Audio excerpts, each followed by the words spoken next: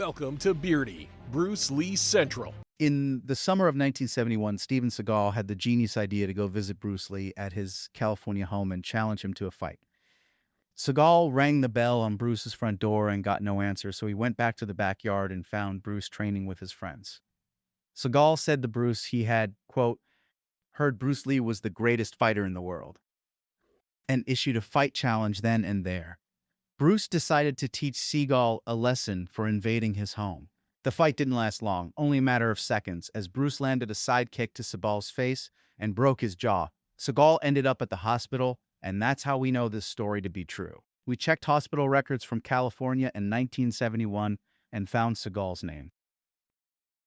I get asked about Bruce Lee all the time, and I think Bruce Lee was very unique. Like any other human being, he was human. I did get to see him and watch him and talk to him. And I can tell you that his sidekick, his 𝘽𝙧𝙪𝙧𝙧𝙧 was spectacular. Yeah. The best I've ever seen to this day. Much better than me ever was, ever will be, ever could be.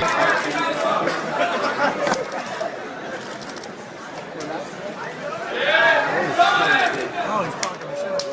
Oh!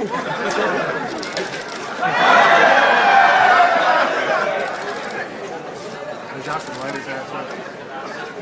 Knock him off,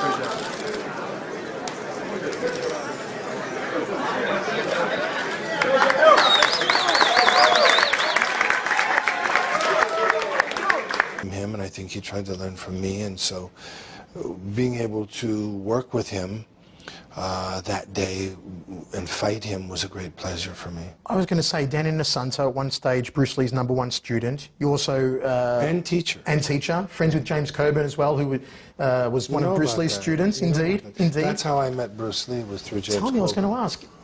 So you met Bruce Lee. Tell me about your experiences with Bruce, and what was he like, and how did you get on with him? You know, I wasn't around Bruce much. He...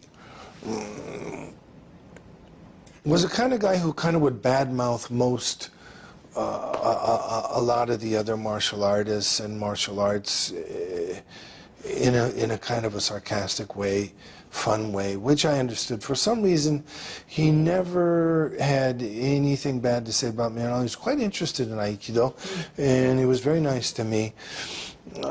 He knew that I grew up in Asia and that I had a son that was just exactly the same age as Brandon. And when I met Brandon, he had lighter hair, and said, "This is my little Caucasian boy," you know.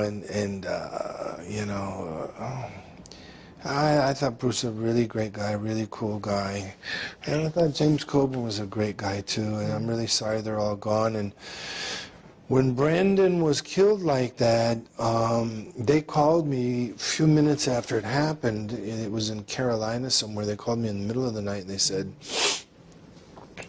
"We think that he's dead, but the guy shot a blank gun at him. How could he be dead? He's dying. He's you know, severely hurt, maybe dead." And I said, "You will find a projectile in him. You'll find a bullet in him." And they said, "That can't be. You're crazy."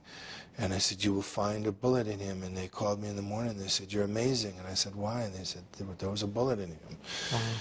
And I can go through the whole story on what really happened, which most people don't know, but the long and the short is when Brandon passed like that, I didn't sleep for 3 or 4 days. Wow. It just reminded me too much of certain things, and the loss of both of them was terrible for me.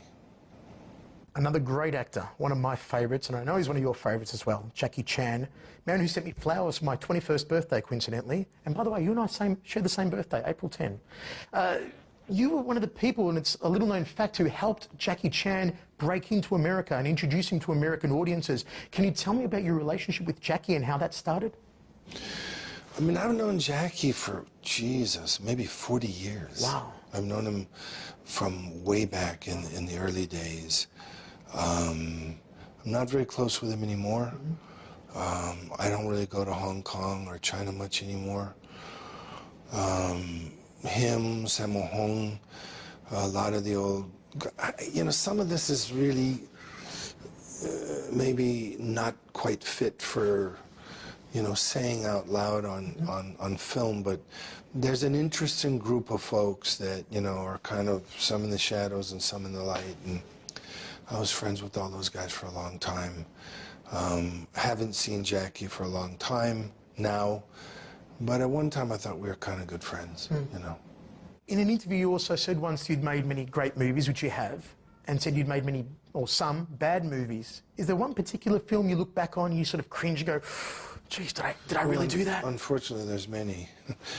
I think, you know, I was looking at an actor the other day on screen, and I was going, holy shit. Can you say shit on this interview? You can say whatever you like. Yeah.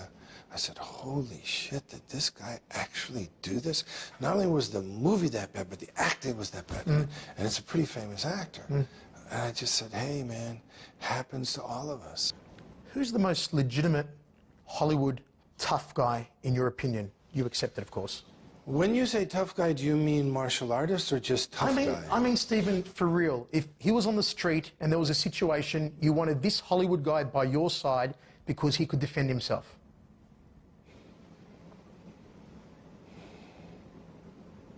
It's that hard to think of a legit one? Can you think of one? Michael Jai White. Can I laugh in your face? Really? Yes. Thoughts on Jean-Claude Van Damme? Can I laugh in your face? Chuck Norris? I mean, Chuck is in his mid-70s. He's probably 76 years old, okay? 75, 76 years old. Interesting. So I don't know. I've heard that he's not, you know.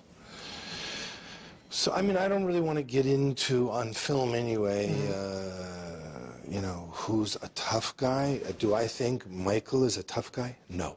Do I think he's a martial artist? No. Do I think Jean-Claude's a tough guy or martial artist? No. If you were to put together your own ensemble of action stars, your own version of the Expendables, let's say, who would you choose, 3 or 4 actors to be in there with you? I think they had many great actors in there, you know, that are great action guys. I think this guy Jason Statham, is that Jason right? Statham? Statham, Yeah, is it? yeah. It's not Stratham, it's Statham. Yep. Jason Statham is a wonderful action guy.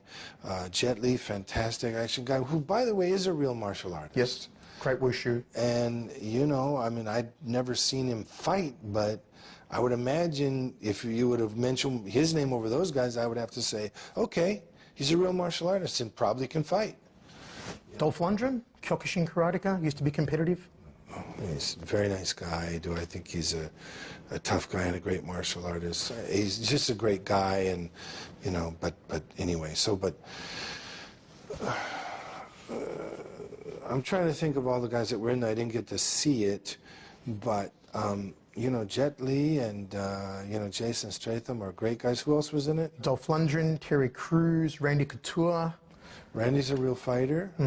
Yep. You know? Of course, Bruce Willis and Arnie, we know both aren't real fighters, but great actors. They're great actors. And And Sly Stallone. You got all those great actors.